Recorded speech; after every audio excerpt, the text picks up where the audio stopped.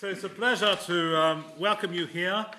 And you come from Hamburg, where you teach American history mainly. Is it mainly American? Or? American, North American, and Atlantic. And Atlantic, yes. And of course, you are here to explain what you mean by Atlantic history, as this is a fairly recent subject, especially in our French universities, where the phrase Atlantic studies isn't very often used, apart from our research center, of course, where we use it. And we're very proud to be among the first in France to use the expression Atlantic studies, thanks to Bertrand, among other people, and to Lauric, of course. And so you're here to explain what you mean by Atlantic studies, and perhaps, I'm sorry, I have a terrible, horrible voice today. Forget it. Meine Stimme ist schrecklich. And perhaps the students who are here were all very nice, as you can see, very nice boys and girls, but mainly girls. Can ask you some questions later on. So, what do you mean by Atlantic studies, and in what way could we work together in the near future?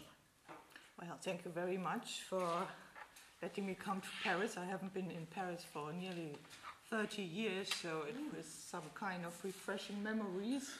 And I've never been to this part of Paris, but I was told this morning it isn't a part of Paris. So anyway, it's fun to be here. And in the course of this session, you will see I won't tell you what I think about Atlantic history. I want you to tell me what you think Atlantic history might mean. But before I will tell you something I've done in this field of historical research. There will be some books I published lately in a series called Atlantic Cultural Studies, and still now I'm still the main editor, but I hope that will change in some time, and a colleague of mine will come to my rescue and save me from being too much concentrated on the North Atlantic. I want to widen the focus on South American Atlantic history, and in future times to African history too, so to involve Africa in this field of research too. Mm-hmm. So that is one thing. I'm working on Atlantic cultural studies, and as I'm teaching Atlantic history, I want my students to do their own Atlantic research. So last term, I sent a group of students to the marvelous Hamburg State Archive. Hamburg is a city on its own. It's a free and Hanseatic city. So it has a very important archive, which is called the Staatsarchiv. And in that state archive, there are many records with regard to Atlantic history, and they should try to find these records, and they will explain them, first find them, then explain them, and then edit the contents of those records. And they will do their master's thesis on special topics out of this broad field of historical research. So Hamburg and its position within an Atlantic context. So this will cover topics from the late 18th to the 20th century. That is one thing, and I will call it Hamburg Atlantica, Hamburg and the Atlantic Gate to the World. Other things I'm working on are networks. Atlantic networks personified in two people and a couple living for a long time in the States and coming from Hamburg, called Mathilde and Francis Lieber. Perhaps you came across these people. Francis Lieber is very important for 19th century American history. He was one of the co-founders of the International Copyright, and he was the one who convinced Abraham Lincoln to do something for soldiers, prisoners of war, and to create an important document which would become the foundation of the Genfer Convention. So Francis Weaver is very important, and as women are also very important, his wife proved to be a very important woman in an Atlantic context. And so I'm Do you know what Chairman Mao Zedong said about women? They're one half of heaven. Well, material especially is part of heaven. And so those two people, this couple, left something like 8,000 letters. And I read all of them till now. And I'm still very sure that I might find more than these 8,000 letters.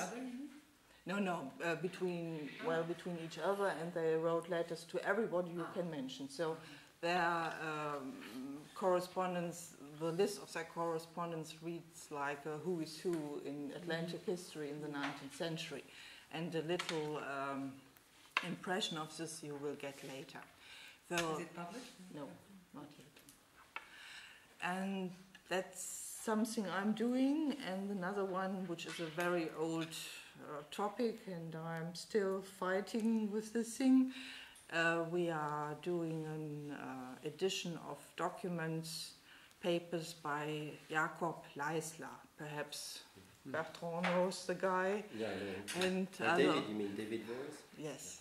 So Jakob Leisler, perhaps you know the name when you have been working on the Glorious Revolution in North America, in New York. Well, he left some papers, and we found many of those papers, and we are trying to edit these papers, and it drives me nuts. But that's another problem. So one of these days, hopefully, there will be the edition of the Jakob Leisler papers. As far as trade is related. As far as trade is related. Right. Mm-hmm. And another thing I'm doing, and I learned that my colleague is very much interested in Methodist. I'm doing a study on two guys from Indiana in the 19th century, both Methodist, geistliche, not preacher, reverends. Well, reverends of the Methodist Episcopalian Church. And I found their diaries. They have written many volumes of diaries. And while I was reading those diaries, I learned a lot about Methodist mission to Europe. So in the 19th century, the empire stroked back and started to missionize those dumb, horrible, barbarous Europeans who lost the good faith.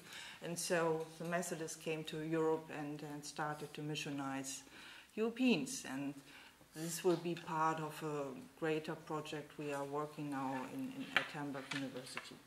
So these are the things I'm trying to work out in the next 20, 30 years. I don't know, but it will occupy me for some time. So Atlantic history. Before I start to discuss my concept or my ideas of Atlantic history, I would like to ask you, what do you think Atlantic history might involve? What might be the scope of Atlantic history? What might be a question for you. the time frame, the geographic space, the area of ideas, topics which might be covered by Atlantic history? Well, if there were questions to be made, maybe it would be maybe to ask you to make a distinction between Atlantic history and transatlantic history. Well, what do you mean by transatlantic? Well, is the Atlantic a problem? About trade, for example. I guess that would suit in transatlantic history. So, would you make a distinction between Atlantic and transatlantic history? I wouldn't do it. No? No, Because I think when you use the term transatlantic, you always have in your mind the idea of the East Atlantic or the West Atlantic or the West Atlantic and the East Atlantic. But I think it's more than just that.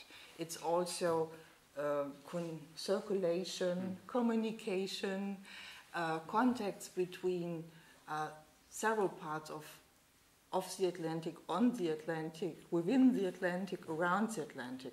So I would prefer the term circum-Atlantic or cis-Atlantic or whatever. But transatlantic always, I think it's too narrow-minded. Too linear. Yeah. And yeah, that's the important point.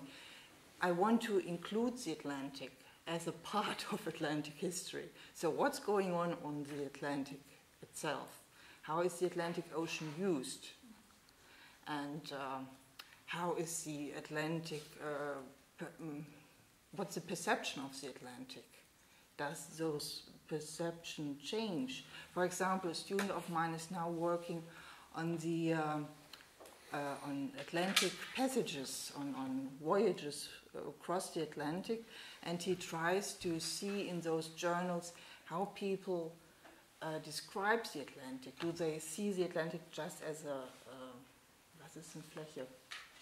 Surface. A surface, or do they see the Atlantic as a space with height and depth and width and whatever?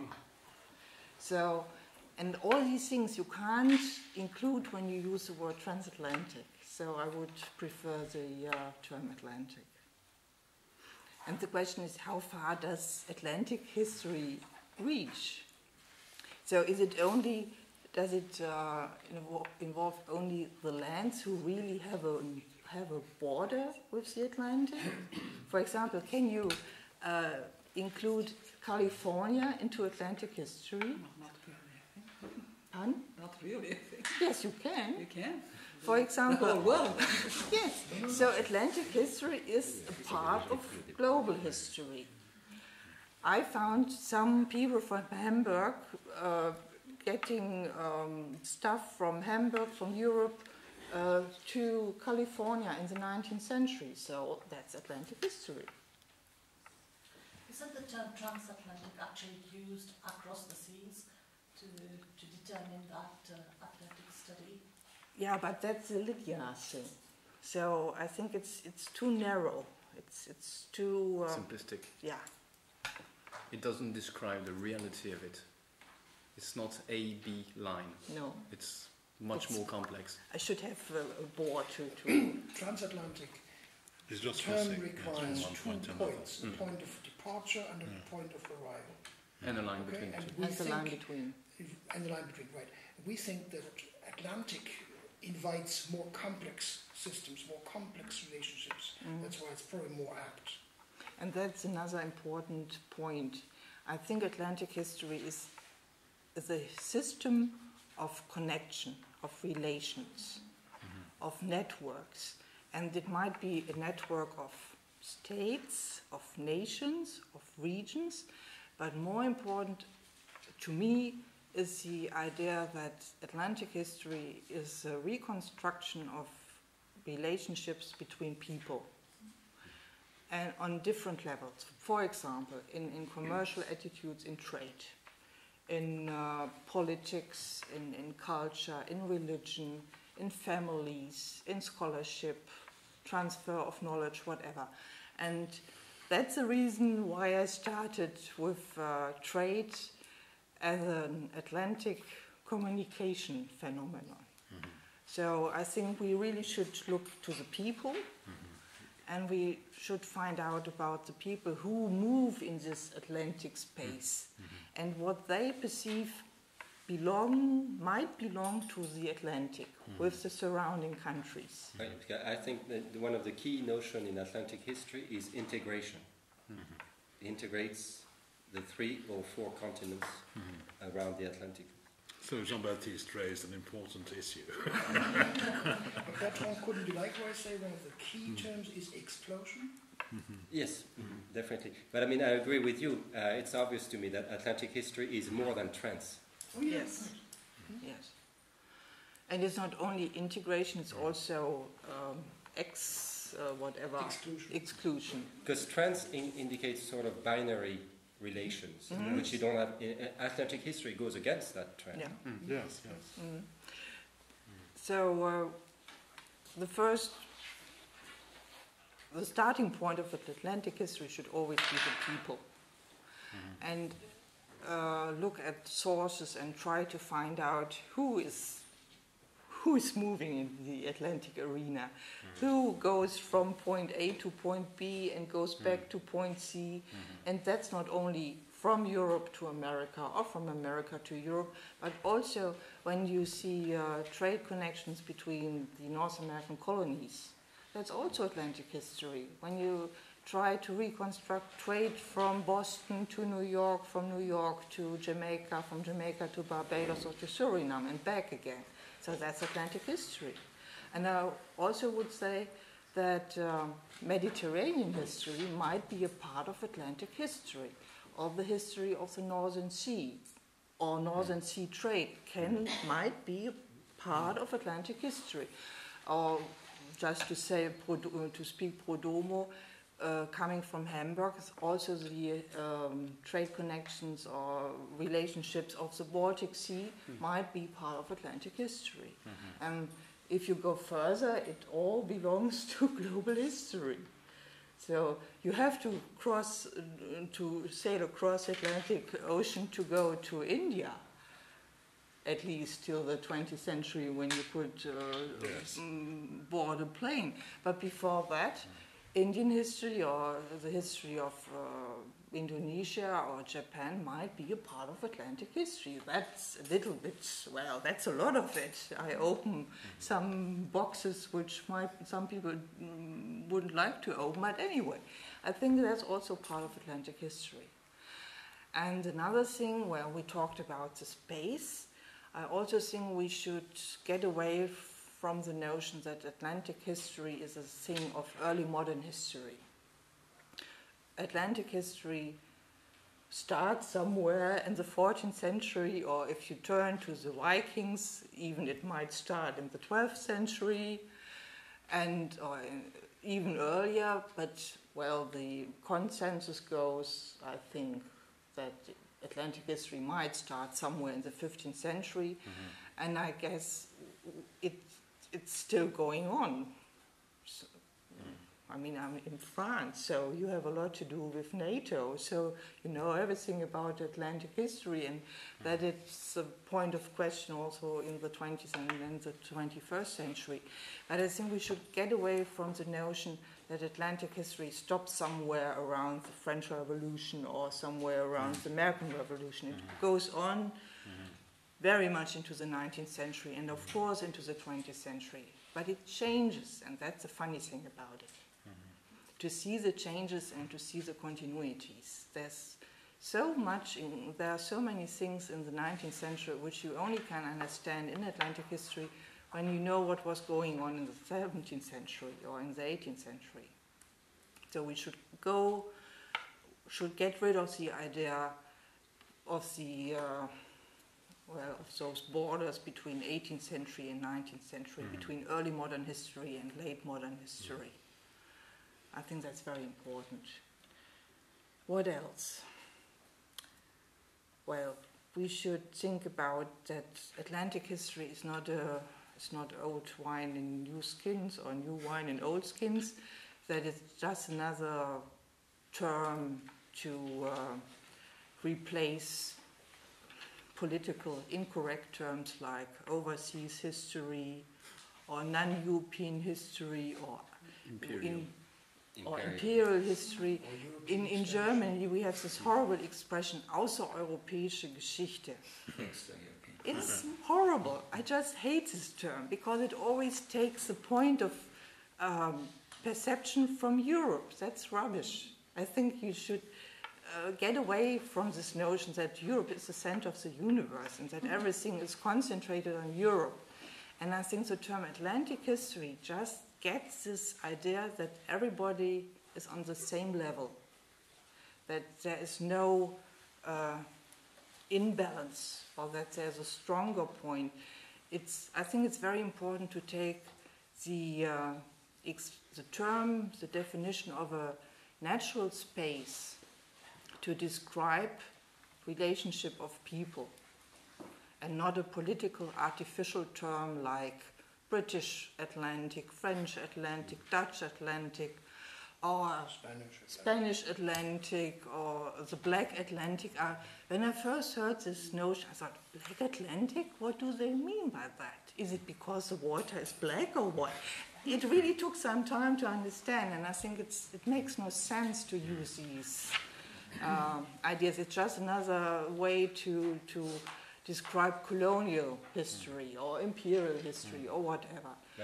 But I think, sorry to interrupt, but I think that's the irony of Atlantic history, because every time people try to define Atlantic history, since you can't read in all languages, you can know the history of all the countries, you always go back to that national subdivisions. And I agree with you, it goes against, it defeats the purpose. Yes. But if you read special issues on Atlantic histories, through all, you find Dutch Atlantic, like they did in the Itinerario issue in 1999. That's exactly what they did, because that was the only way to approach it. Yeah, because people stick too much to their own cultural background. Because people don't do the thing which Atlantic history does. They don't cross the borders, cultural borders, linguistic borders. So I think it's very important to try to understand other languages and to use the material which were produced in other languages. So when you do Atlantic history, you must be eager to read, for example, Latin sources or Hebrew sources. When you go to archives, you can't go to the archives which are in the countries you are working on. You have to go to other archives in other countries, and there you find the stuff you really need to do Atlantic history.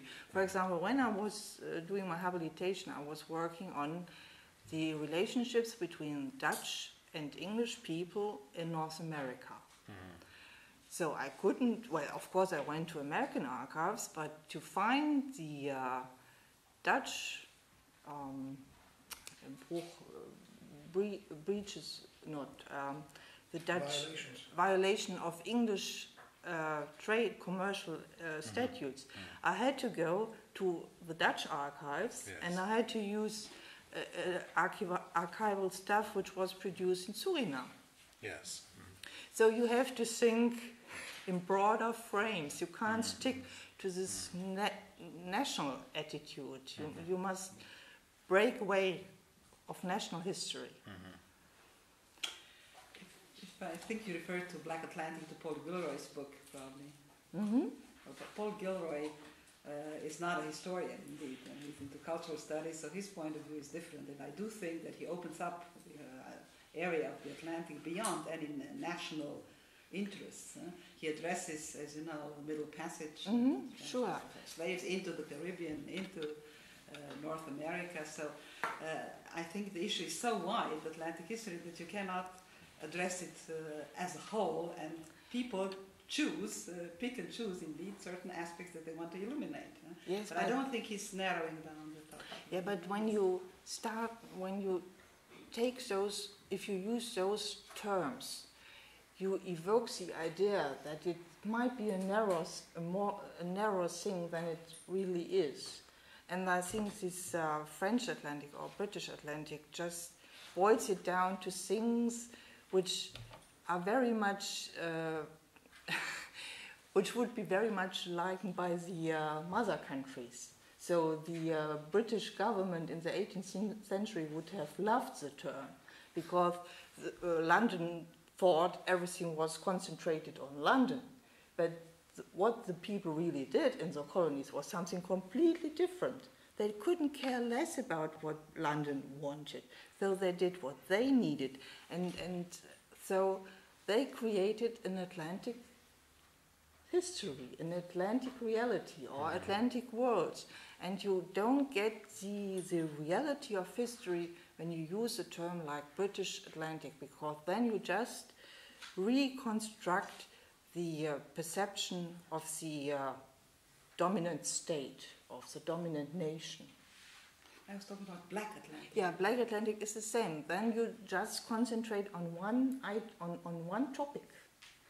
It would be the same when you use a term like Red Atlantic or Protestant Atlantic or Catholic Atlantic. Nobody speaks about Catholic Atlantic. Why not? That would be fun. But it would also be just one part of it and not the whole thing. Okay, what else? Case studies. So I think I will give those away. Two texts. This one? This one? Mm-hmm. And that one? Yeah. Should I press in? Mm-hmm.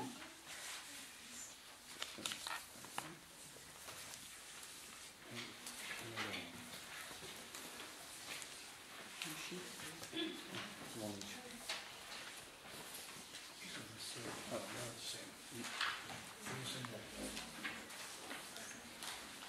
So there are two different papers. One page starts with the word Jacob and the other one starts with the word James.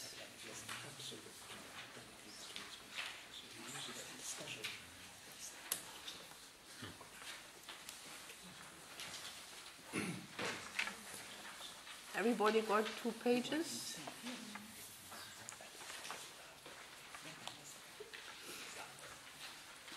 So, can you work with those things? Do you understand what it's all about? Could you Somehow?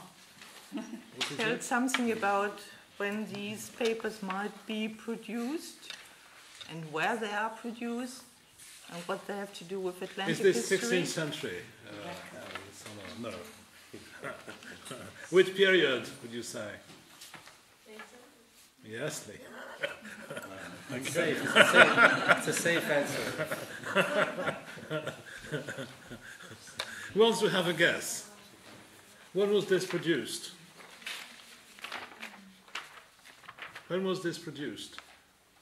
It's in the text. 28,000. No. Yeah, 1682, no? There's a date, right? Oh, yeah.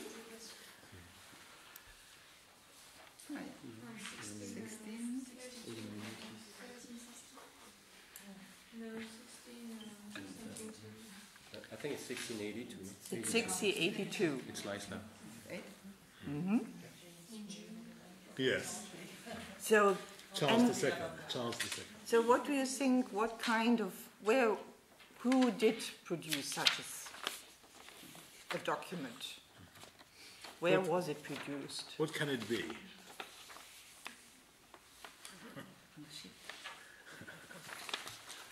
Is it a poem? No. Pardon? It has a lot to do with trade. So what do you see? How is this document organized?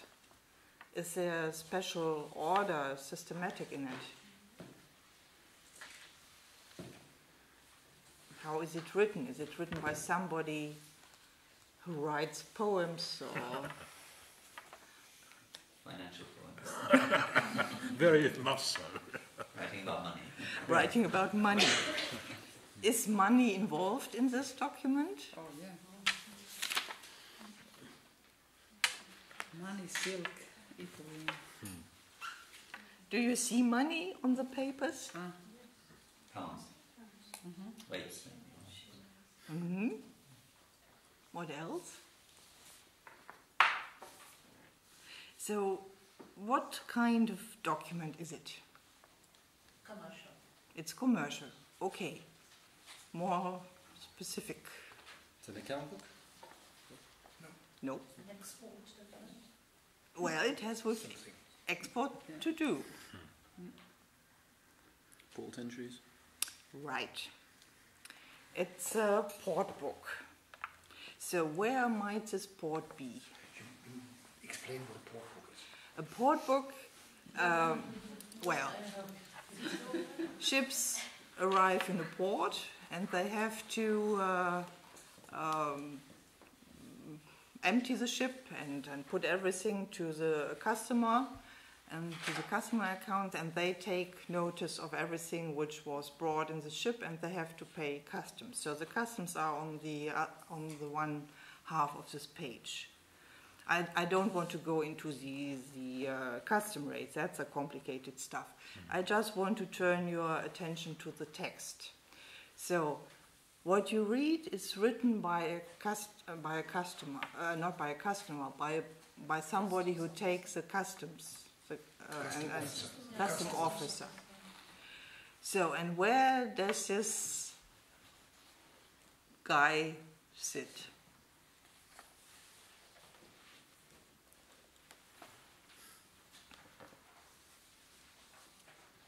We are talking about Atlantic history. Where are the ships coming from? Where are the ships going to? Coming from Dover. Well, New York also. And New There's York. also New York. Hopewell of New York. Yes. Dover. so what, for example, when you take the line June the 13th, 1682, what can you read? New York. New York, and what is written before? Maryland? No. Before? Hopewell. Hopewell. Hopewell. Hopewell? What's Hopewell? Hopewell of New York. Name of the ship. It's studied it before. Right. It's the name of the ship. Hopewell of New York. And then there is something very strange written. And there are these abbreviations, which are really horrible to understand. This one? So you see Hopewell of New York, and then you see what? Master. Yeah. It's the Jacob Leisler paper. It You has see something Jacob to do Leisler. with Jacob Leisler. Because you see Jacob Leisler in 1,960 Here. pounds. So you see Hopewell of New York, Glen Bear, then there's written M and an R, which is a short version of master, and then an A, and they're very strange kind of writing of the name Maryland. Mary like Merry Old England, but it's really yes. Maryland. It's spelled Mary. Yeah. And Edward Franklin, a parcel of bulk tobacco containing 784 pounds. And then Jacob Leisler, the guy doesn't know the name and doesn't know that his name is really Jacob Leisler, so he he switches the letters. Yes. So it's Jacob Leisler inducing 28,182 pound tobacco, 15 grays, untainted, and thrown, and so on. So where is the ship coming from? And where is the ship going to? Jacob of Dover. Isn't it Dover? No. Dover? Well, that's another ship. I don't know. June 15, 1682, Jacob This is a of question Dover. for Cindy. Student. So when you have a custom account and there are ships described as the Hopewell of New York and the Jacob of Dover, and they bring, for example, tobacco, where are the ships coming from? the Caribbean. Where are they going to? No, the From Chesapeake. America. Chesapeake. From America. From Chesapeake. Virginia and Maryland. So where do they? Maryland. Yeah, Virginia or Maryland. Virginia. Jamestown. Because- Chesapeake Bay. Because in 1682 they don't produce tobacco which was brought to Europe in the Caribbean, but they produce tobacco in the Chesapeake. So the ship, the Hopewell of New York, probably sailed transatlantic from Maryland, but not the direct way. Because you see, there are also other things on board, like those grays untamed. What might that be? Untainted. Untainted. Tissue. Untamed. Silk. Untamed. Silk. No. No. Grays. Untamed. What means untamed? Not. You nearly have the same word in French. Yes, well, undyed. Yeah, we would not say. dyed. Yes. Undyed. Tanner. Raw. So Raw, it's yeah. it's leather. It's With the it's grays. piece of an animal unchained. It's not dyed yet. So where do you have the connection of the combination of tobacco and furs or And? leather? Furs, leather. There are only several places you might have in the Atlantic world. Tobacco and leather. New York, New York, a wonderful town. So this ship might have come from Maryland and must have a stop in New York, and from New York it sailed where to?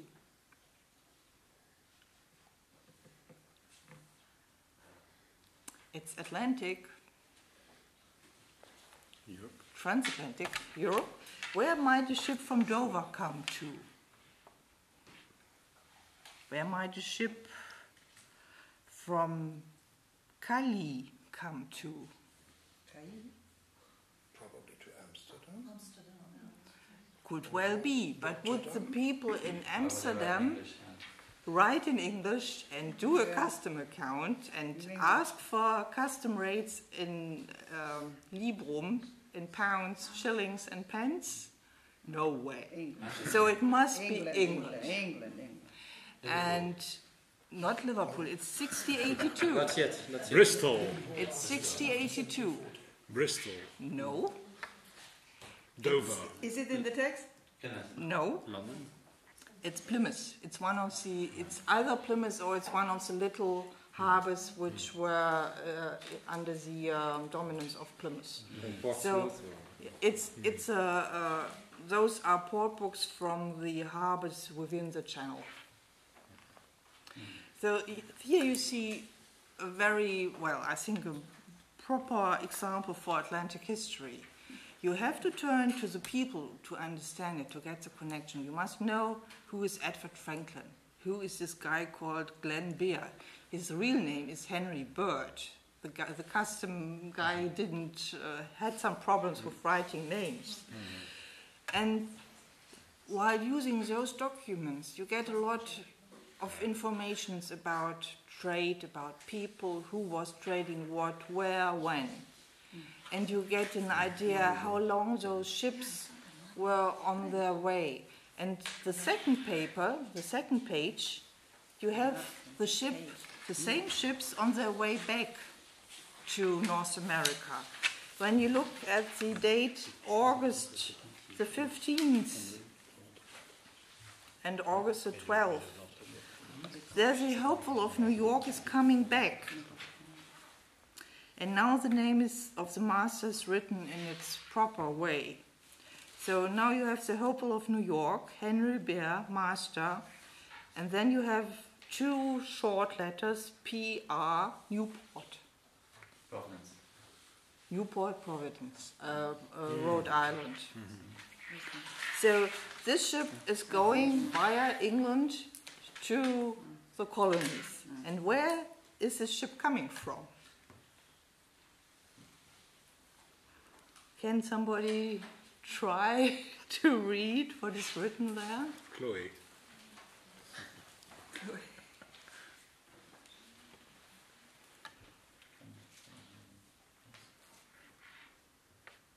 Silk. It's got silk in it. There are several textiles mentioned.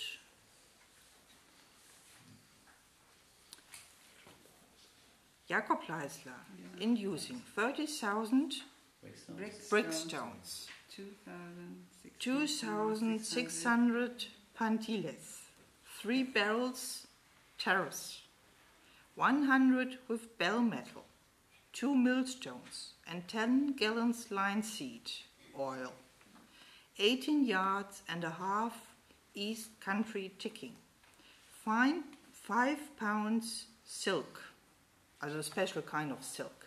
So, where do you get in Europe in the year of the Lord? 6082, this combination of goods, brickstones, linseed, silk, country ticking, and if you go further in the text, you will also find that Jakob Leisler is importing bodies. Some of the ladies perhaps know these textiles, or hats, felt hats. So where do you get these things? No, No. Netherlands. Netherlands. Oh, you were spilling the beans.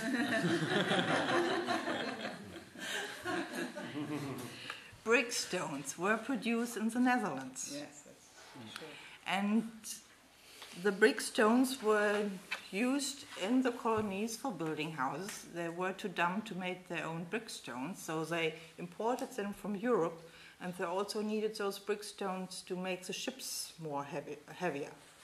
So those brickstones covered 2 functions, or fulfilled 2 functions.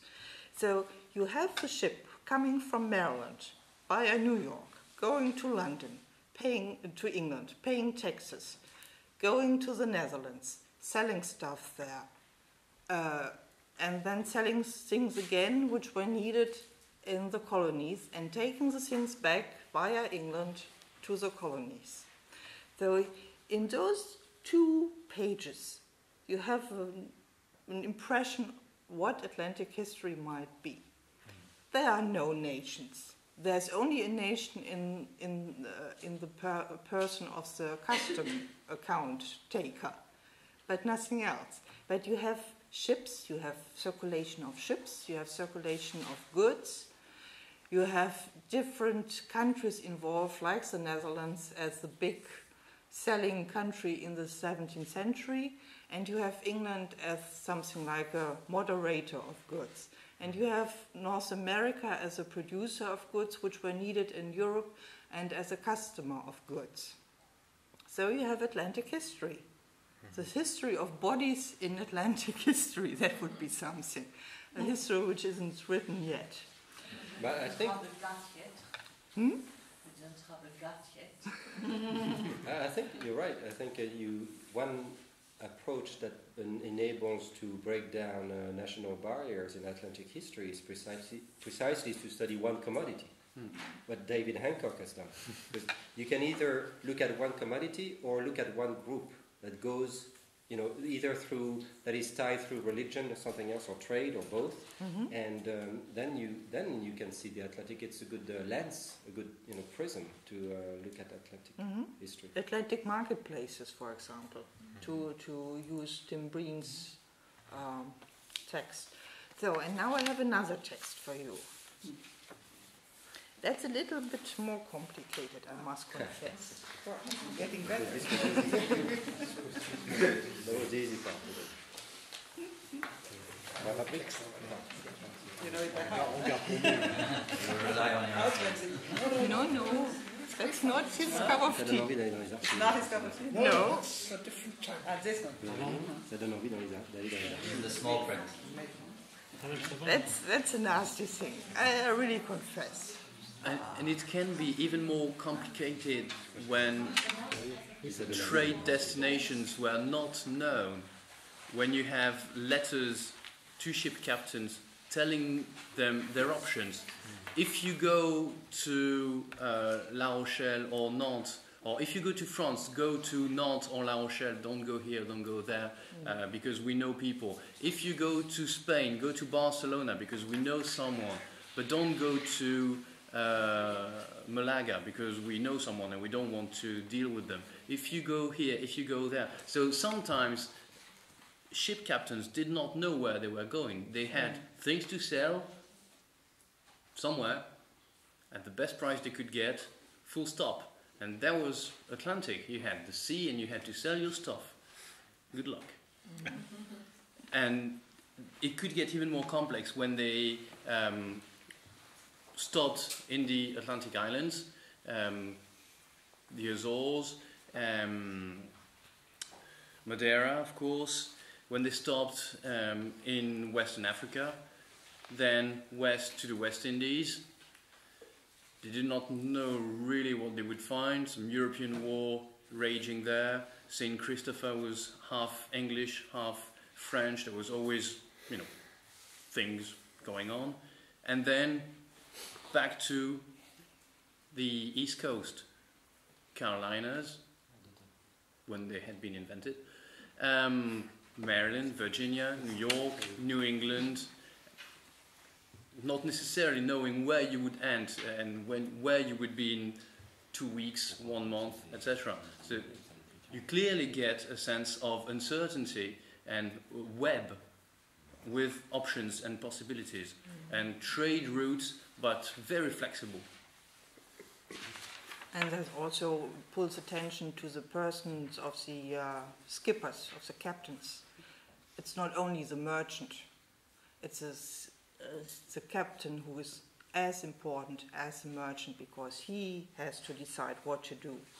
And sometimes those captains were really quite skilled, and sometimes there were a bunch of, very strange guys who were lucky when they would reach the island they were supposed to reach.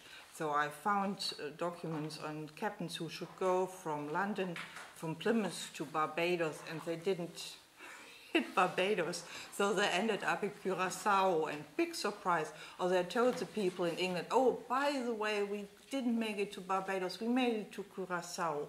What a mess. But they did a great profit out, get a great profit out of it. So sometimes they even use their problems to bring them to more advantages for themselves. And they use this combination. There is a saying, wind and weather provided. So they used bad weather to go where they wanted to go in the first place. So that should not be forgotten. You should know that the master in the source is the captain. Yes. Okay. So now, what do you see on this page, on this paper? Confusion. Confusion. Europe. When did you? Both sides of the paper. When do you think this was written? When? And where? When and When is where? 19th century? This time there is no date that might help. Not 20th century. 19. Yeah. Yeah, It's much more recent. Names we know. So, can you recognize something? Madame. Tocqueville. French people will recognize Tocqueville. Yes. That's my special tribute to the place. London. Where's Tocqueville? Tocqueville. There's Tocqueville. Mhm. Is it on that? So what is it?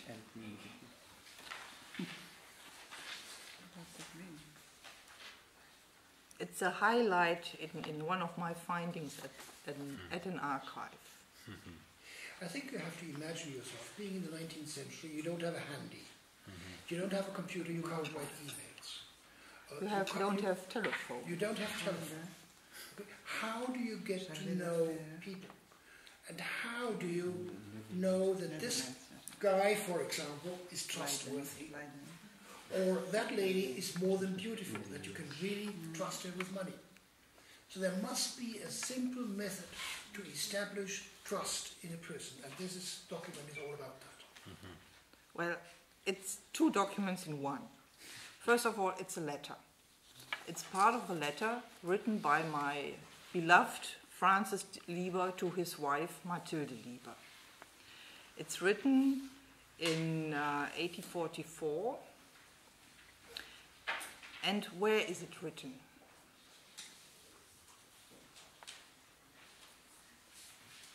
Can you see something? You see many towns. You see many towns. Yeah. What else do you see? From Leiden, and Berlin. to. From the Netherlands, chargé d'affaires in the US. Hassel? Was it? Hassel? So there are many names and many names of persons and many names of places. Vienna, Hague, Leiden, Berlin. And there are many froms and to. So what does those from and to mean? For example, like Lauric just mentioned, from the Netherlands chargé d'affaires in the US, Hassel, to Baron de Hossendorf, Düsseldorf. It's a memo to different diplomatic representations. Pardon? It's a memorandum. Could well be. To different diplomatic representations. Well, think about what Herman just said. Does it have to do? Does it deal with delivering things to people? Could well be. How did people travel in the 19th century? What did they do before they started to travel? Where did they stay during their travels? They traveled by post. Pardon? They traveled by post. Yes, but what did they urgently need for their traveling? That's an introduction. Right. So that's a list in a letter of letters of introduction Francis Lieber got before he started his traveling from Columbia, South Carolina to Europe. And so now we have here a little window into the networking of Francis Lieber in the Atlantic world, because he's sitting in this horrible place called Columbia, South Carolina, fried to death each summer, hoping to get away to Harvard or to New York or wherever, and he's going on his first travel back to his hometown, to his home country, Germany. And he not only wants to go back to Germany, he also wants to go to London, to England, to France, to Belgium, to Switzerland, whatever. And he gets these letters of introduction. Yeah, there are no friends, but he wants them to be friends. So he needs some potential. He needs some connection. Networking. He needs those letters of introduction. And here he lists all those letters of introduction he got. So he gets a letter of introduction from a guy called Heckscher to another Heckscher in Hamburg. So I was delighted when I read that, because this Heckscher is a wealthy merchant and businessman in New York. He's from Hamburg, and his mother is from Paris. And this Heckscher gives Francis Lieber a letter of introduction to his brother in Hamburg.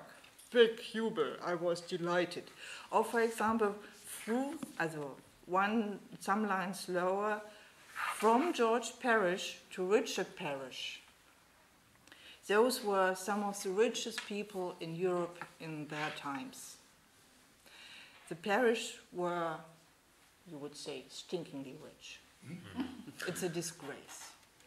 They were so rich, there's a German saying, a parish life.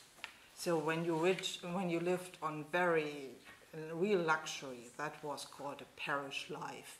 And Francis Lieber knew all those guys, and they gave him letters so that he could travel from one point of luxury to another point of luxury. And he got letters, for example, from Tocqueville to people in France, to the bank house Fold. Perhaps you know this. This is a very important bank house in the 19th century. They did business with the Rothschild, we would say Rothschild. So there are really strong connections. That is another type of network, another type of Atlantic history. That's Atlantic history of ideas, of scholarship, of connections, of academic connections, and of scholarly connections. There are names you know probably, like George Ticknor, Longfellow, Henry Wadsworth Longfellow, or Schlegel, Tieck. And he met all those people. And some of those guys tried to run away because they heard, oh, Lieber is coming, let's go. One guy even died, so that was the best way out. Okay, so that's what I wanted to tell you about my ideas of Atlantic history. Can I add And something? you can... The list, of course, has some practical usages. First of all, in reading this list, you know whom Lieber in North America could approach to write a letter to introduction. And that, it couldn't just be anyone. No. I mean, if anyone in the street wrote a letter to the Count of so-and-so in London, the Count of so-and-so in London would put it into his file, delete, forget. Yes. It had to be someone who was very well known in the field. So this is a list of whom to know, who were influential, considered influential and trustworthy in Europe. Yes. That's the important point. And the other important point is, this list gives you an idea of whom Lieber thought important to meet personally in Europe. Okay? And For the his funny thing particular is purposes. that he asked people in the US to connect him with people in Europe, and he's from Europe. So he's an Atlantic player who knows the important people on all sides of the Where was he from in Germany? He's from Berlin. Berlin. And he left Berlin in 1826. He went first to London. He was a teacher in London. Then he went to Boston and built the first swimming pool in Boston, and he taught the Americans to swim. And then he went to Columbia, South Carolina, and later on he came to Columbia, New York City. And, well, everybody knew him, and he knew everybody. So when you read his letters, everybody's mentioned there. It's amazing. And he was a good friend of Tocqueville. Yes. And he translated Tocqueville's work into German. Really. Okay, that's all, folks. If you don't have questions. Well, they have questions. Many of them. Sandra, for example, has a question. Yes. Where does the document come from? This one is from the holdings at the Huntington Library in San Marino, California. Oh, because it's in London here. But I thought it was kept in London because. Yeah, Lieber writes this letter in America, then he takes the letter to England, and he sends it to his wife. And the collection of letters, of Lieber papers, is now at the Huntington Library in California. And that's how she got Yeah, it. one of the collections of the Lieber papers. There are several, but this one is taken from the Huntington Library. And there are something like 8,000 letters. Did he go back to Germany? Yes, he went to Germany in 1844, and he traveled to Hamburg and to Berlin and to Munich and to Karlsruhe and Heidelberg, and he went to Paris and to Brussels and to London and Manchester, everywhere. Yeah, everywhere. And he came back in 1848 again. Yeah. So he made his way back to Germany. There's another question. Mm-hmm. Yeah. How did you get a copy of the document? Well, I convinced the archival keepers to copy it. And it's, well, not too cheap. Did you have to pay for the copy? Yes. Some archives you can use your own digicam and do your own pictures. Yes, Those are the happy few. For example, the Historical Society in Atlanta, Georgia, they are great. You just can sit there and do this. And you can even do that at the Public Record Office at the National Archives. That's great. But some archives are not very happy about that. So you have to pay all those horrible copying fees. Yeah, I remember the National Archives, when I was there, I looked at the... We were together. Yes. No, that's a trip before, without you, but anyway. And we looked at I looked at the Lord Proprietors, the Carolina Lords Proprietors entry books. And this is revered in South Carolina, of course. in the National Archives, he would just take them, turn them, and make sure he would copy them right, so by pushing on the binding. And I was amazed. But that would have been a relic in the US, I mean, in that state at least. But one thing I wanted to say about Atlantic history is that it multiplies the perspective. And I'll give you a specific example. There's, especially when you look at in Euro-Amerindian relations, and there's a great book, I'm sure you know, by Daniel Richter, Facing East from Indian Country. And sometimes you really need imagination, because, when Verrazzano sailed along the eastern coast of the US, he attempted to kidnap 2 women. And this historian, in his book, he described the scene from the perspective of the 2 women. Wow.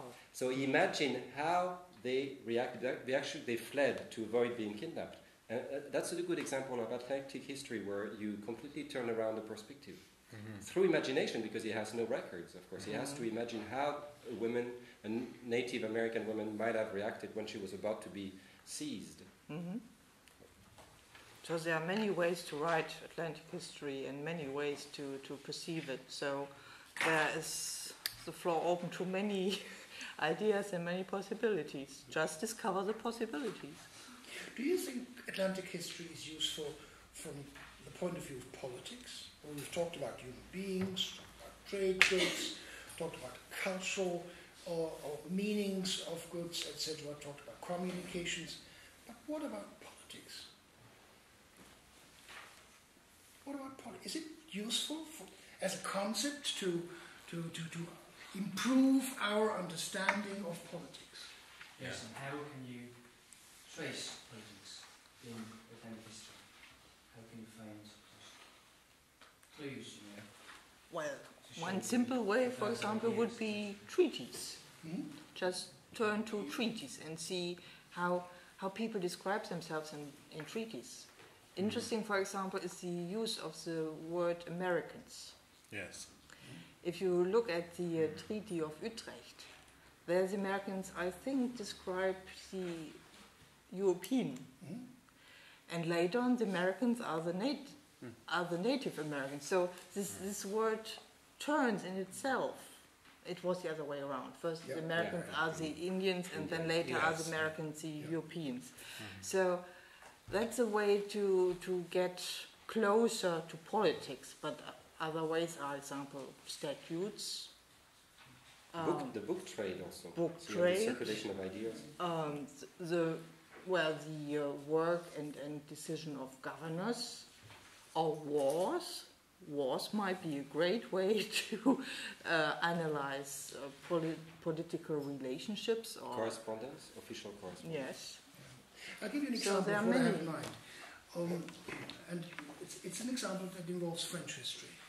You're all familiar with the concept of the renversement des alliances. 1755, 1756, when Austria changed its traditional ally, which was England, and moved to France. Yes. Now, historians have for a very long time wondered how this was interconnected and how this affected North America. Or you could start from the American side and you look at the French governor in Canada, and this guy who is usually tied to instructions that arrive every half year from France, from Versailles, and tells him exactly what to do. Suddenly this guy behaves as if there is no France. There's no king, there's nothing. He moves on his own. On his own, he decides to send an army of about 1,000 elite soldiers to the Ohio and western Pennsylvania area in order to demarcate a boundary between supposedly French area and English area. And historians for a long time really thought, this doesn't really fit. Right? Very strange. Well, the answer is very simple. It has to do with what I call a very important aspect of Atlantic history, the dynamic relations and interrelationships between the politics of different countries. What happens in France between 1747 and 1755? A very simple thing happens. Nothing. French politics is paralyzed because of the controversy over the bull unigenitus. Now, what is that in French? Bull unigenitus. Right, exactly. And the Jansenist, this big fight, everything, the king, the Cour de Parlement, everything is paralyzed. The cabinet simply doesn't function.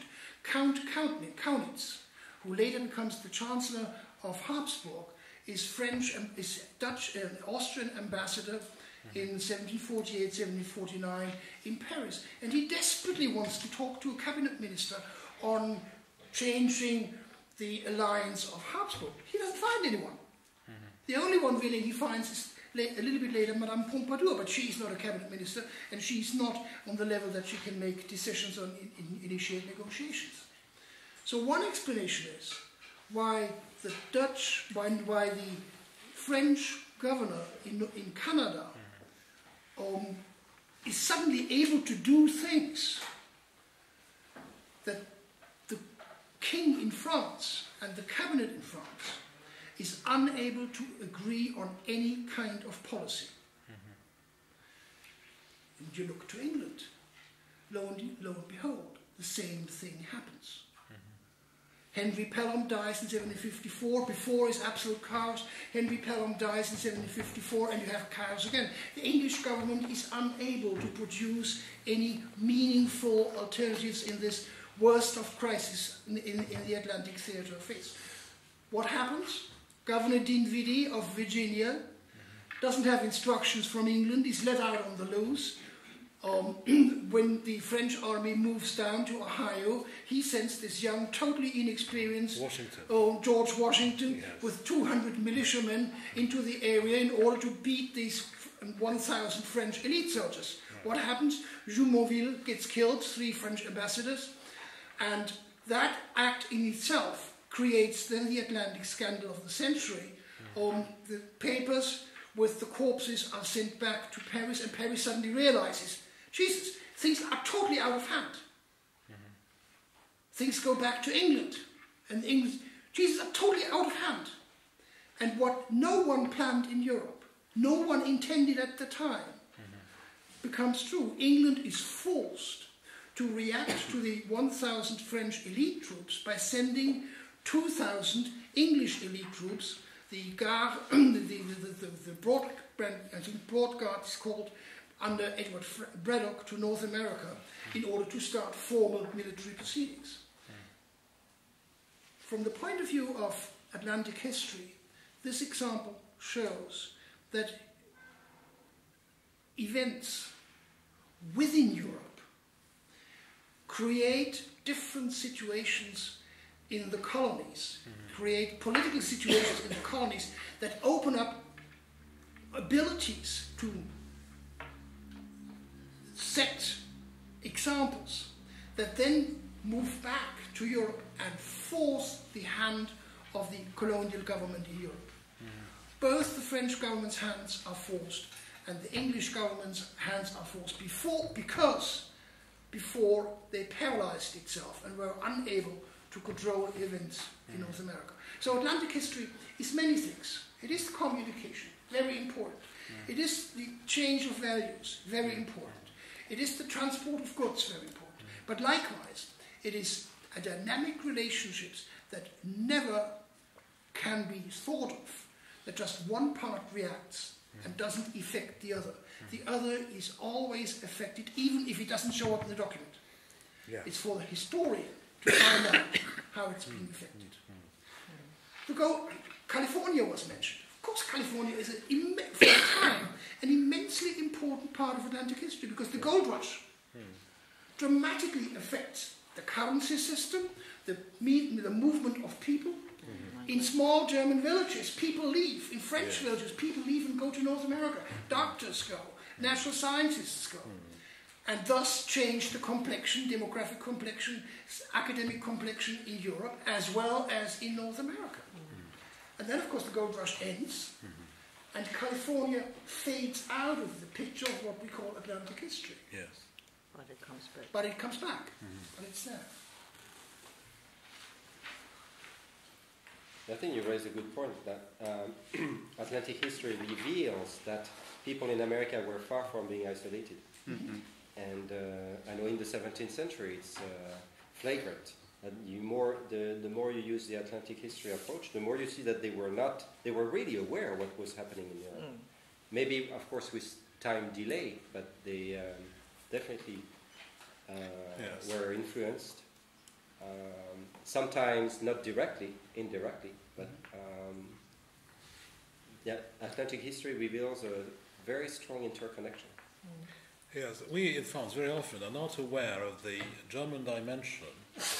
And I remember with Jan Baum going to Marburg, and we met a German anthropologist who had worked on the discovery of America, its impact in Germany, I mean, on German mentality, which was tremendous, of course. And you had a great deal which was written in the 16th century on what was happening in America. And of course, in terms of interest, I mean, the Fugger, for example, the big merchants in Augsburg, of course, they invested in overseas trade at the time. So you cannot just isolate one country from another, because all these economies were interrelated. And this is essential in the case of Germany. What you said about, of course, Prussia and Austria also comes into the picture. I mean, the relationship between France, between Prussia and Austria, and the renversement d'alliance, as you put it. I mean, all these things, of course, were interrelated. Yes. And it's all part of Atlantic history. Yes, quite. Yeah. And sometimes nothing was said, but sometimes letters were sent to intendants in New France, for instance. Yes. Be friends with the English, and 2 months earlier was don't talk to the English, and so imagine the intendants receiving a letter and then another one saying the exact opposite 2 months later. Obviously 2 months too late all the time. So you may have a war ending in Europe, but going on for 2 months in America, for instance, because it's a European war, but sort of overseas. And if it's over here, it's not over there. And when it starts in Europe, for example, the Anglo-Dutch wars, there's first rumors, then more insistent rumors. No one wants to believe in the rumors because you have to protect trade, and wars are not very good for trade. And then you're at war, and what do? And whatever you do will be heard in Europe or read about in Europe 2 months later. What happens when Charles I loses his head? Well, that's in January. And it transpires in America in the early summer, in June or July. And they don't really know what to do, because they've never seen that before. So what do you do on something that happened 6 months ago and you don't really know what happened in England before? So you don't know what you're supposed to be doing. And what does it mean? I mean, locally and regionally and Atlantically. Yes. It's very different now with our mobile phones, as you were saying. And CNN. You raise a very important point that is true for the early modern period, but it's true for the later period. Atlantic history can be understood as a learning experience too. A learning experience in many ways. For example, a learning experience, how do you deal with the fact that a war suddenly becomes an Atlantic war or a global war? In the 16th century, if you declared peace, you had to reckon with, say, a period of 2 weeks until the news of the peace arrived somewhere. Yes. Now, with an Atlantic war, you had to reckon in months or even half a year or more. And what happens with the pieces that were conquered in between? Because they didn't know that there was peace. So this is a learning, and by the 18th century they knew how to deal with that. They would say that peace gets into force, becomes effective in the West Indies at such and such a date. In North America at such and such a date. In Europe at such and such a date. It's a learning process. With new technology in the 19th century, that changes again. Because with the telegraph, you don't need that. So the learning process may reverse, but then another thing happens. In the 18th century, if you were an ambassador, you were pretty much on your own. Because you didn't get an instruction within a period of 6 weeks. Yeah, so the governors or the diplomats are the same in the same situation as the captains. So ministers, ambassadors, were really kings on their own, at least for long periods of time, where they had to make decisions. They had very broad, general instructions, but nothing specific. Yeah. Now, with the invention of the telegraph, the poor blokes lost all their competence, lost all their power to decide. They just were people who had to implement what Berlin, what Paris, what London really said. And that's not just true for politics. It's even more so for trade. A master, a captain of a ship, was told, go to the port where you can sell for the best price. But how on earth did he know that Amsterdam had offered better prices than Rotterdam or London? Okay, later on, they would be sent, you would have telegraph communication. Yes. But in the 18th century, no, that's why the captain in the 18th century is so much more important. Nowadays, he's just someone who implements things that are being told by the company headquarters. So Atlantic history sort of fractionalizes concepts and puts them into different contexts that are extremely important. It makes us aware that decision-making processes, for example, are changing, that time concepts are changing, that learning processes are different, etc., etc. Distances are exactly. getting smaller. Yeah. Yes? I have a more practical question. I'd like to know where in America Atlantic history is mostly researched. Well, there are several places where Atlantic history is where you can study Atlantic history. The most famous one is certainly the one at Harvard, the Harvard Atlantic Seminar by Bud Balin, who started that enterprise in '96. Well, and there are other important places, for example, at Columbia University, Karen Kapperman does an Atlantic seminar, or Philadelphia at the, also organized by the Max Kade Society, there are some Atlantic study groups, or for example at Northwestern in Evanston, close to Chicago, you can do a lot of Atlantic history. Tim Breen did this marvelous volume on Atlantic history. There are other colleagues who do Atlantic history, but I think the most famous one and most important one is by all means Bud Balin. He's the grand old man of Atlantic history. And in Europe there are some guy, one is sitting there. Oh, I would hide. Or, for example, my former colleague at Hamburg was Pietschmann. He did Atlantic Latin American history. And Peter Emmer in the Netherlands. And one woman is sitting there. Yeah, but I didn't do this big book, so that's a different story. But in America, in the US, there are some places, and I think one of the most important ones are Harvard, Philadelphia, New York, Evanston. That's it.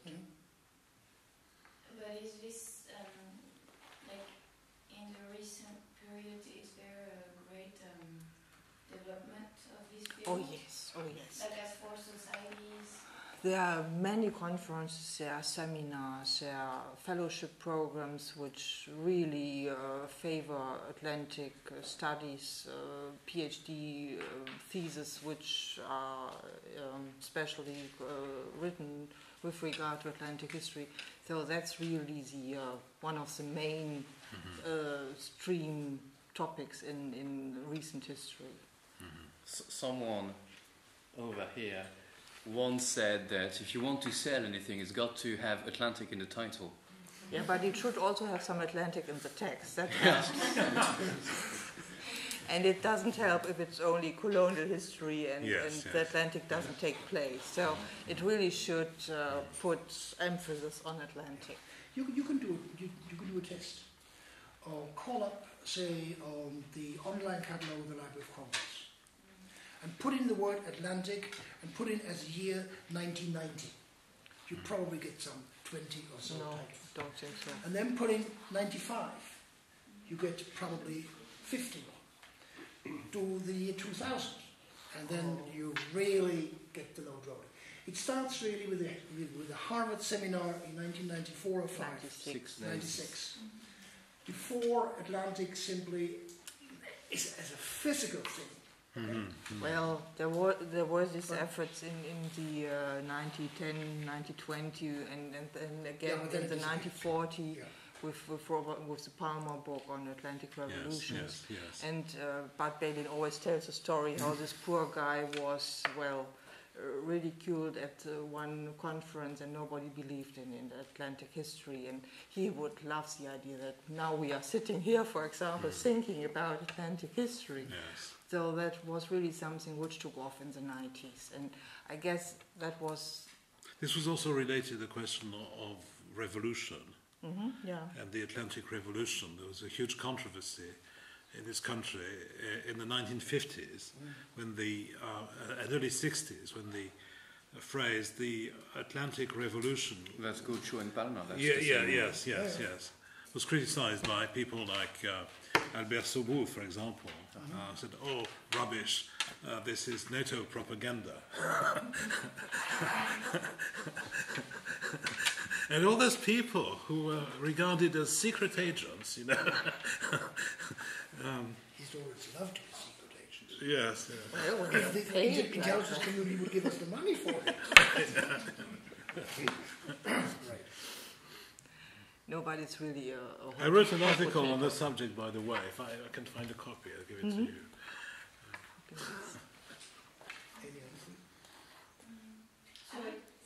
Yes, please. Both of you, one after the other. Not at the same time. Maybe. No. I have a question about sources. Can we find any sources about South America in the Hamburg State Archive? And if we can, what kind of sources do we find there? Well, there are some. You mean if there are compilation or lists of sources with regard to? Not lists, but. Well, there is a small. There's a booklet done by Ross Beachman on Latin America things at Hamburg. So. I look at that because I work on Brazil and on the United States. He did a little compilation some years ago. At which period you're working on?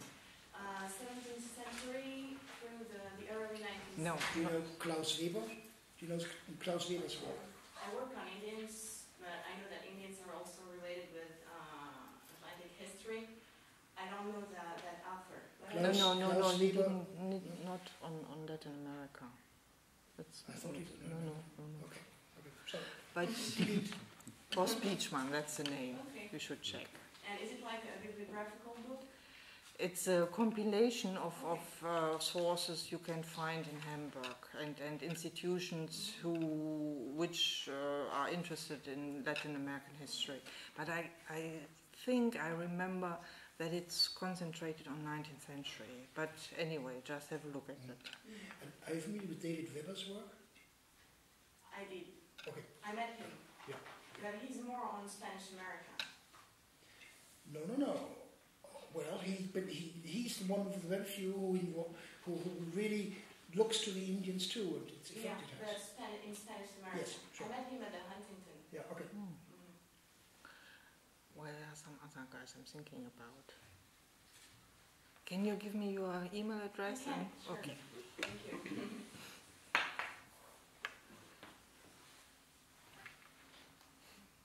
Okay. I guess we should wait until Bernard comes back. I don't know. Before saying it's the end.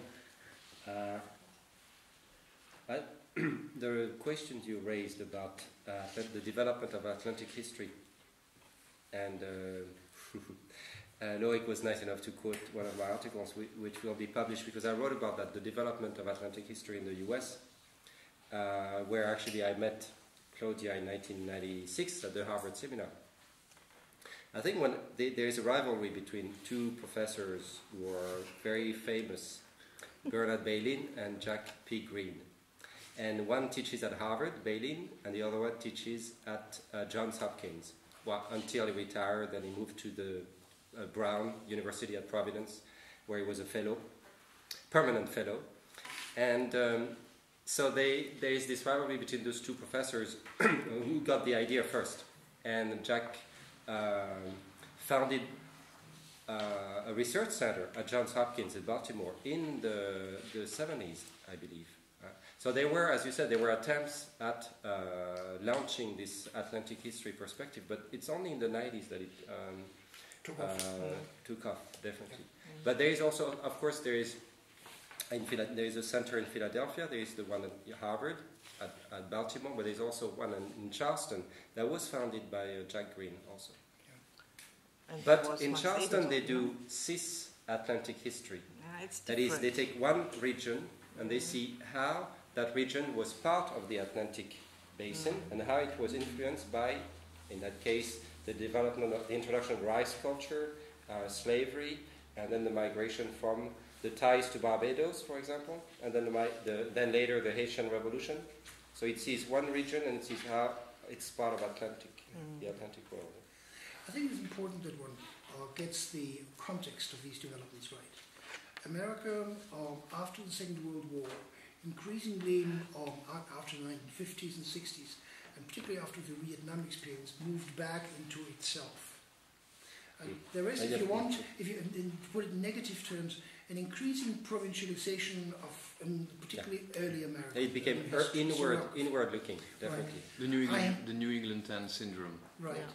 Yeah. I had a very acerbic exchange of letters with Ron Hoffman in 1994 about this, because I complained bitterly about sort of the provincialization of the William and Mary Quarterly, which after all is the most important journal of early American history, and you had lots of homespun and good knows what.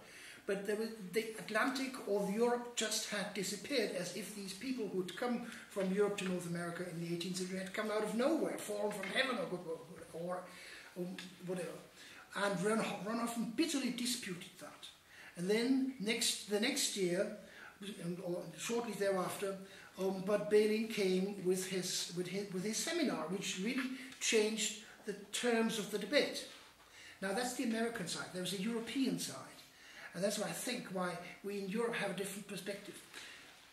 Through all that time, in the particularly 20th century, there was a trickle of continuous work on the Atlantic as an important fact of history. Think of Cheny, or think of Michel, or particularly French historians, but Spanish historians and some German historians like Kellenbens did work there. So the Atlantic never really got out of sight. However, having said that, I should add that mainstream French historiography, mainstream German historiography always thought that the center of the universe is Europe and everything else are paraphernalia. And everything is guided by European initiatives. So Atlantic history was an appendix, and American history, of course, wasn't really history.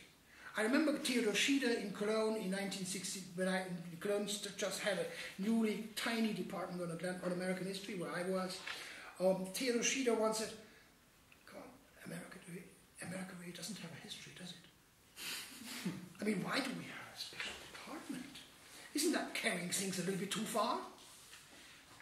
That, I think, was very much mentioned, and there are still colleagues in Europe, certainly in Germany, who believe that it's carrying coal to Newcastle if you do American history.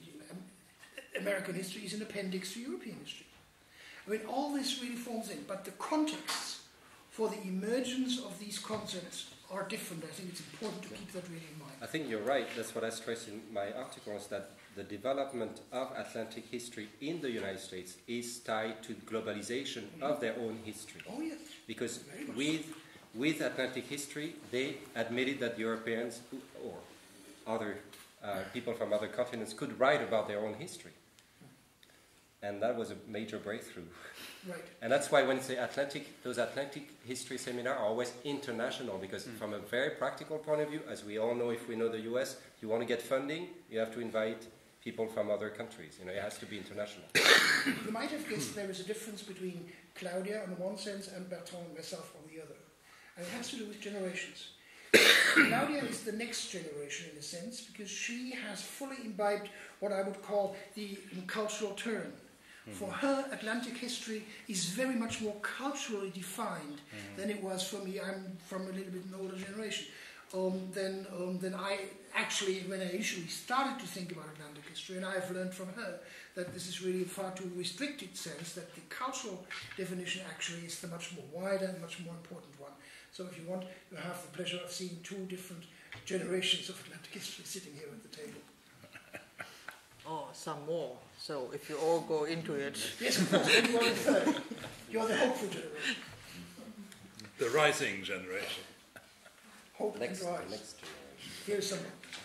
So in a way, like, I want to get back to what you were saying, how after Vietnam, well, there's the development of cultural studies later, but at the same, so in a way, cultural studies are used by Americans to think, to reflect over themselves in a way. And at the same time, there's this development of Atlantic studies who are aiming at opening opening up on other geographic areas and all this. So my question is, how does Atlantic studies, how do Atlantic studies fit into the overall development of cultural studies? Oh my God. Who wants to answer? Hours later. I'll give you 2 minutes. I'll say something. When we talk about provincialization of American history, you have to realize that in the late 60s and early 70s, especially when it comes to New England, what I refer to as the New England town syndrome, it was increasingly local in scope and not going beyond villages, tiny villages with 50, 70 people. And these villages, this is important, were called islands. The island of Watertown, etc., etc. And so you had, it was becoming microscopic history. And when it became too microscopic, there was a reaction. The next step is biography, individual biography of any peasant from Western New England or anything. And so there was a sort of excess of detail that was reached, and then a reaction to this detail. And it always works this way. Lost sense of context. And complaints about that, and especially the English context, because we were dealing with migration experiences. And then in the late 70s and early 80s, there were American doctoral students who actually crossed the Atlantic and studied in England. And that was a sort of revolution. People like Breen, for instance, but not only, but after him, I forget his name, about the transfer of culture from England, several different regions in England. Fisher, David Fisher. Not him, before him. Allen? Yes. Alan Grayson. Mm-hmm. David Grayson Allen. Very detailed analysis of different regions in England and how it developed in America. And there was this sense of England being rediscovered, and context, and transatlantic here. Not fully Atlantic yet, but there was something brewing which happened to become the Atlantic as we know it now. But it came from this excessive localization of the tiny little village in New England. And I hope you had time to think about what to answer.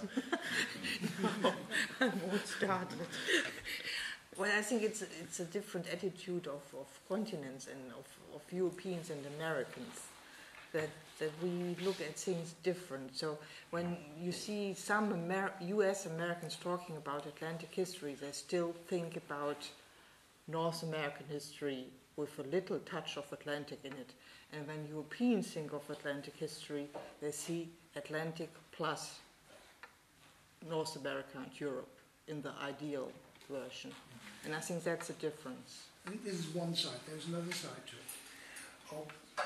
If you have provincialization, that is, you increasingly focus on one particular culture. What you have in America at the same time, but very sort of in an underground way, and what you have in Europe at the same time, is a slow awareness of different ethnic groups with different cultures. In North America, you have this group, Black studies and Native American studies, etc. They become isolated things in the academic community, and they slowly then inch into a broader consciousness. On the Atlantic level, in Europe, we have the same thing. And if we didn't really understand what this was all about, we had our cities burning.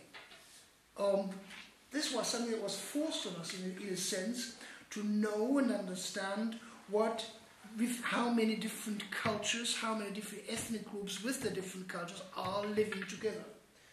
Atlantic history is one way to make sense out of this.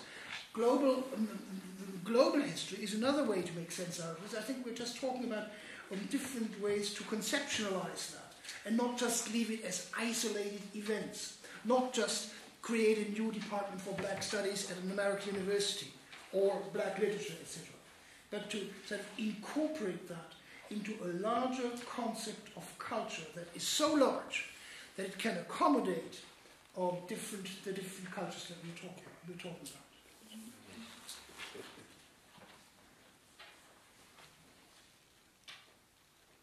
And do you see this trend of awareness of an Atlantic perspective as a general trend in Europe, or I'm interested in how it develops in Europe in general, in various countries? In Germany, it's a very slow process, I would have thought, but it's gaining ground. Where we are fighting, for example, at Hamburg, we have the only, at least in theory, we have 3 chairs in whose holders are dealing with Atlantic history. We have a chair for Latin American, Iberian history, we have North American Atlantic history, and we have African history. And we 3 are working on Atlantic studies.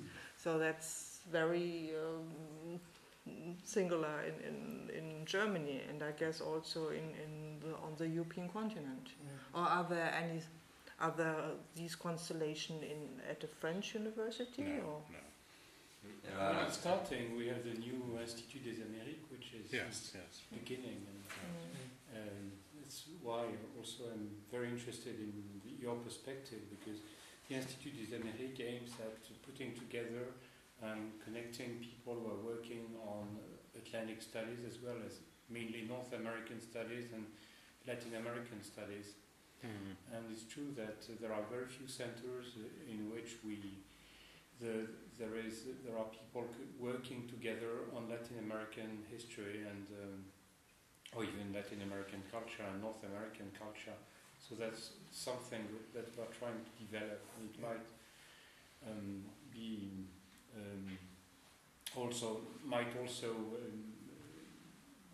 encourage the development of Atlantic studies, couldn't it? Yeah, because to study the history of the Americas. I think one of the problems we're dealing with in Europe, and it's not so much an American problem as a European problem, we don't really know how to cope with the problem of interdisciplinarity. Right, exactly. That's how I was going to say. Disciplines are something that they're holy cows and they just need to be slaughtered. My colleague in English Lit doesn't talk to me. My colleague in German history doesn't talk to me. And it's not only that the colleague doesn't talk to me, the libraries are organized according to disciplines. Curricula are organized according to disciplines. In the school, the subjects are organized according to disciplines. So that goes across board, and someone who wants to cut through violates everyone. And moreover, the evaluation of teams and the evaluation scholars was organized by subdisciplines. Right. So this is a very big, it's a related problem, but if we can't solve the problem of interdisciplinarity, then we probably will not be able to implement concepts like Atlantic history or Indian Ocean, etc., into our academic curriculum. But I agree with you because in France there is a specific problem of training. There are only 2 chairs of American history in history departments nationwide. So if you want to teach American history, you have to do languages. You have to study Anglo-American culture, literature, linguistics, and what they call civilization. And then you can teach American history. But in the history departments, almost, unless you do highly contemporary American history or economic history, but otherwise, you have to teach languages. I think in Germany it's 4, and Claudia has one of them. Yeah. Congratulations. I didn't have one of them, but there are 2 in early morning, and 2 I think. Yeah, there's Paris 8 where I am. Not the chair that I occupy. That's where I am, and there's Paris 1 Sorbonne, that's all. And that's it. Right. So 2 in Paris, that's all. Not so much. But generally, I mean, we do have a problem, and the problem is a very simple one. We all know that the United States of America is a fairly big player these days. And we still haven't learned, in order to understand how the United States play, that we have to study its history and its connection with the European world. The politicians simply haven't got that message yet. They're a little bit, should I say, thick, dumb, or whatever. Anyway, they always say there's not enough money around. I mean, it's gross negligence on my part. But that's politics now. Better stay out of that topic. No, not as far or as with the microphone off. I mean, I would like to hear what the other ones here think. Yes, they're a little shy. Yes. You have to say something. You have to. Oh. Thank you. I don't have anything to say, sorry.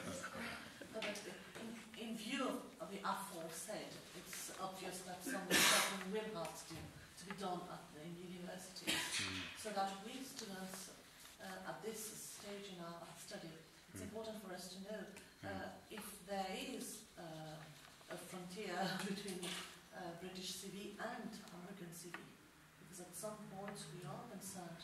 Yes. We are concerned in our studies. Cindy. I'm not really feeling good. It's very hot here. I'm sorry. My brain is just melting. I'm not quite sure whether I find it very convincing that you say something has to be done.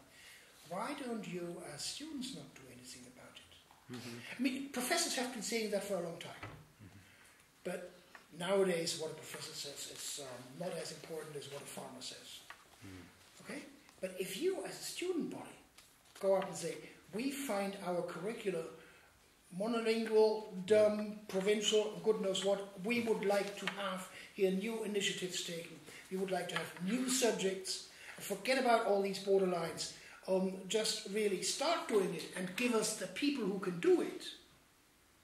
And start a red revolution. I think you have a much better chance of being heard by politicians than probably if another professor like Bernard stands up and says something about it. So, come on, folks. Adjourn to the next room and write your first... We are leaving the country tomorrow. You can go on. No, I mean it. That's how the big excitement in the 1960s and the early 70s started. People just forgot about just sitting there, and they started to do something.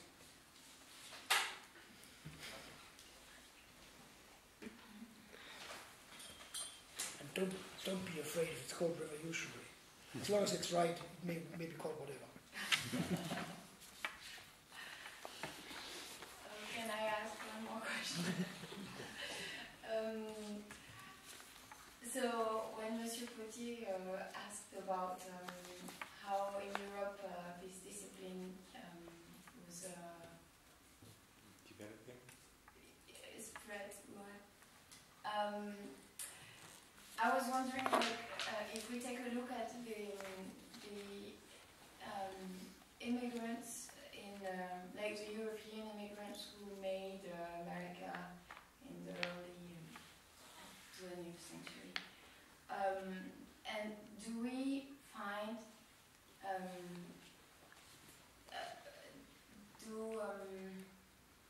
because we didn't talk about Ireland as a country where within the universities this discipline is taken into consideration, and I was just wondering, I mean, for Germany,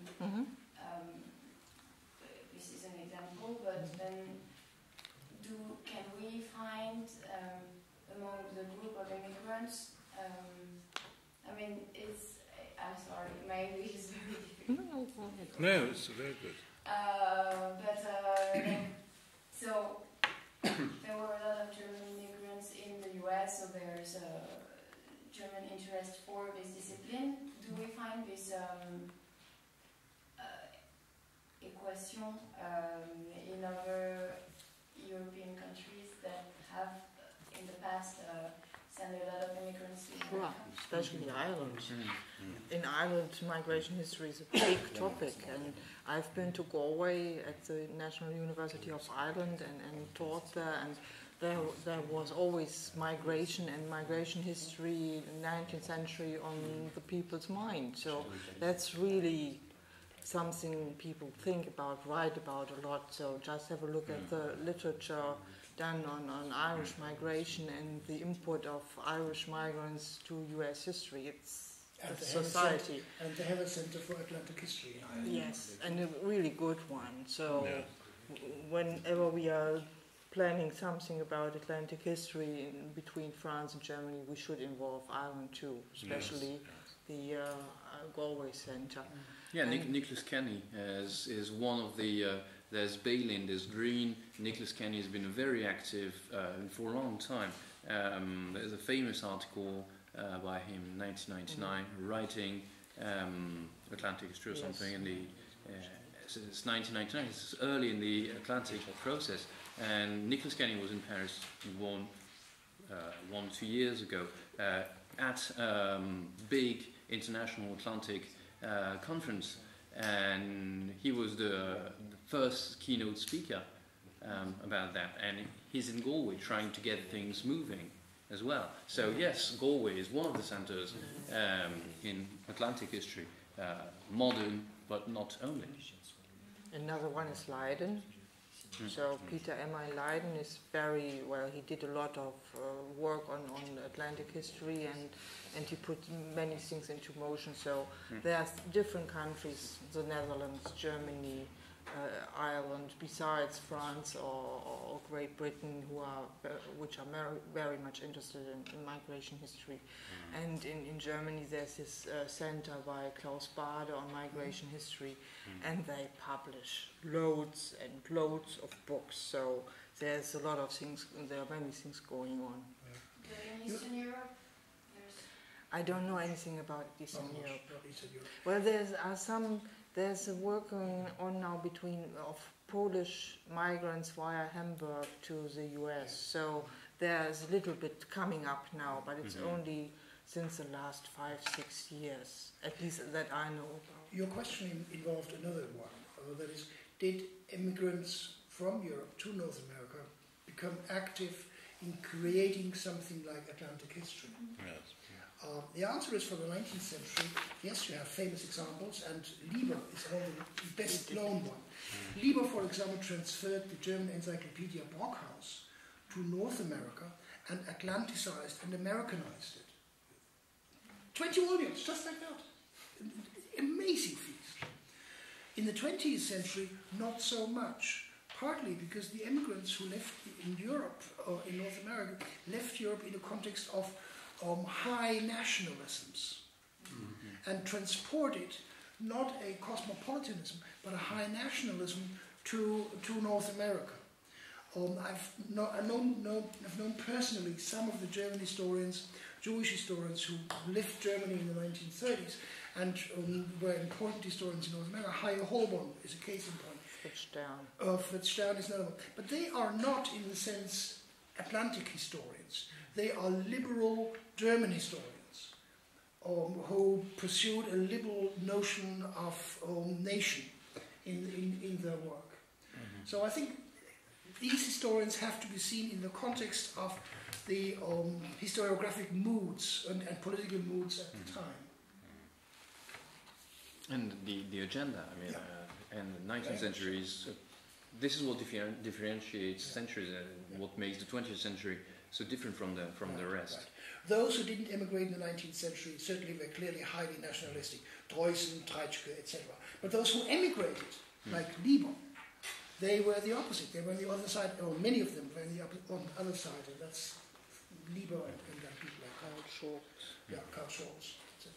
Charles Foyle, important people.